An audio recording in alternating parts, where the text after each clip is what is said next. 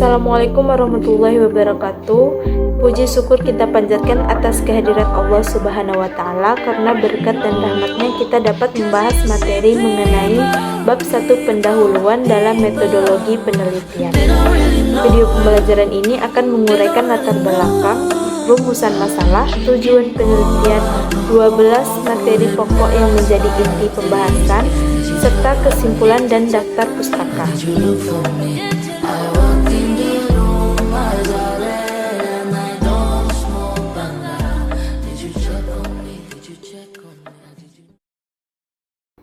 Adapun latar belakang, banyak siswa kelas 1 SD kesulitan membaca, sekitar 35 hingga 40% belum lancar.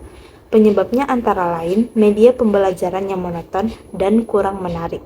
Oleh karena itu, dibutuhkan media inovatif dan menyenangkan seperti permainan ular tangga edukatif, agar keterampilan membaca siswa dapat meningkat secara optimal. Selanjutnya, pengertian dan pentingnya bab pendahuluan.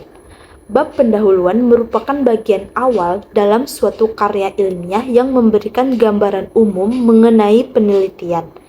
Bagian ini memuat latar belakang, rumusan masalah, tujuan, manfaat, serta batasan penelitian. Keberadaan bab pendahuluan sangat penting karena memberikan konteks penelitian, menyusun kerangka berpikir, menarik perhatian pembaca, dan menjadi pedoman agar penelitian tetap fokus serta terarah. Selanjutnya, kriteria pemilihan judul penelitian.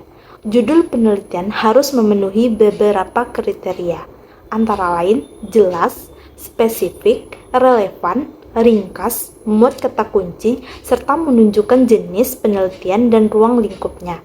Contoh judul yang memenuhi kriteria adalah pengembangan media permainan ular tangga kombinasi pada pembelajaran membaca permulaan siswa kelas 1 sekolah dasar. Dasar-dasar menyusun latar belakang.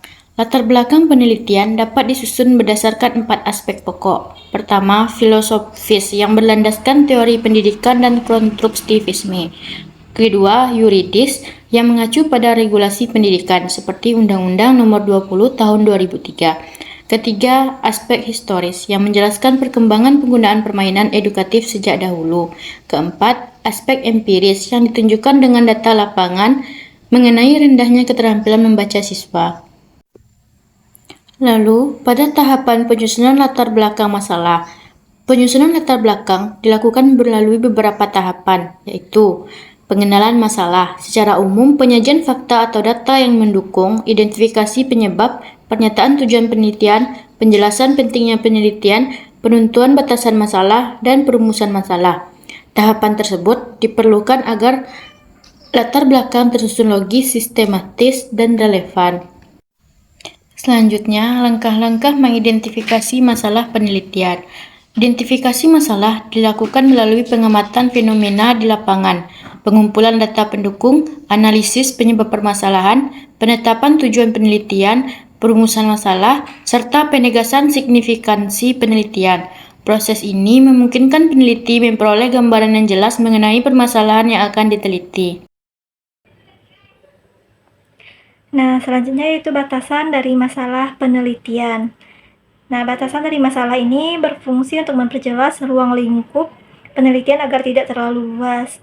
Nah, batasan ini juga dapat ditetapkan berdasarkan variabel, subjek, lokasi, maupun metode yang akan digunakan. Nah, misalnya penelitian ini difokuskan pada siswa kelas 1 sekolah dasar dengan keterampilan membaca permulaan menggunakan media permainan ular tangga. Selanjutnya yaitu bagian rumusan masalah. Rumusan masalah ini merupakan pertanyaan spesifik yang akan dijawab melalui penelitian. Nah, contoh dari rumusan masalah ini adalah bagaimana pengembangan media permainan ular tangga ini dapat dikombinasikan, sejauh mana kelayakan media tersebut, serta bagaimana penggunaannya terhadap keterampilan membaca siswa kelas 1. Selanjutnya yaitu tujuan penelitian. Nah, dari tujuan penelitian ini disusun berdasarkan rumusan masalah. Tujuannya ini yaitu antara lain untuk mengembangkan media permainan ular tangga yang dikombinasikan, menilai kelayakan media tersebut, serta mengukur pengaruhnya terhadap peningkatan keterampilan membaca permulaan siswa. Manfaat penelitian. Manfaat penelitian terbagi menjadi beberapa aspek. Yang pertama, manfaat teoritis. Manfaat teoritis itu memberikan kontribusi terhadap teori pembelajaran interaktif. Yang kedua, manfaat praktis, yakni membantu guru dan siswa dalam proses belajar. Yang ketiga yaitu manfaat kebijakan, yaitu memberikan rekomendasi bagi pengambil kebijakan pendidikan. Yang keempat, manfaat sosial, yakni meningkatkan kualitas literasi masyarakat secara lebih luas. Asumsi dan keterbatasan. Asumsi penelitian ini adalah bahwa media permainan dapat mendukung keterampilan membaca siswa kelas 1. Sementara itu, keterbatasan penelitian ini meliputi keterbatasan waktu, keterbatasan ruang lingkup hanya pada keterampilan membaca permulaan, serta keterbatasan metode yang digunakan dalam pengukuran hasil penelitian. Baik, materi selanjutnya yaitu definisi operasional. Di sini definisi operasional itu bertujuan memperjelas istilah yang digunakan dalam penelitian agar tidak menimbulkan multitafsir. Contohnya, istilah media permainan ular tangga kombinasi didefinisikan sebagai media pembelajaran berbasis permainan papan interaktif. Sedangkan kemampuan membaca permulaan didefinisikan sebagai keterampilan siswa kelas 1 dalam mengenali huruf, kata, serta kalimat sederhana. Kesimpulannya yaitu, berdasarkan pembahasan, dapat disimpulkan bahwa bab pendahuluan merupakan fondasi utama dalam penelitian. Bagian ini berfungsi menjelaskan latar belakang, rumusan masalah, tujuan, manfaat, serta batasan penelitian.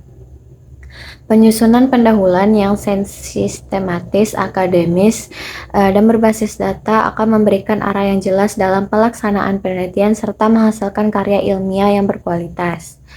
Sarannya yaitu berdasarkan pembahasan, beberapa saran yang dapat diberikan antara lain yang pertama, guru hendaknya memanfaatkan media permainan interaktif untuk meningkatkan motivasi belajar membaca siswa. Yang kedua, peneliti berikutnya dapat mengembangkan media dengan variasi yang lebih kreatif, misalnya menggunakan teknologi digital. Yang ketiga, sekolah diharapkan mendukung pengadaan media inovatif agar proses pembelajaran menjadi lebih menarik dan efektif. Terakhir yaitu daftar pustakanya mencakup buku-buku dan regulasi pendidikan yang relevan, penelitian terbaru tentang media pembelajaran interaktif, serta Undang-Undang Sistem Pendidikan Nasional. Sumber-sumber ini digunakan untuk memperkuat dasar teori, metodologi, dan praktik penelitian. Demikianlah pembahasan mengenai bab 1 pendahuluan dalam metodologi penelitian. Semoga penjelasan ini bermanfaat serta menambah wawasan dalam dunia pendidikan. Wassalamualaikum warahmatullahi wabarakatuh.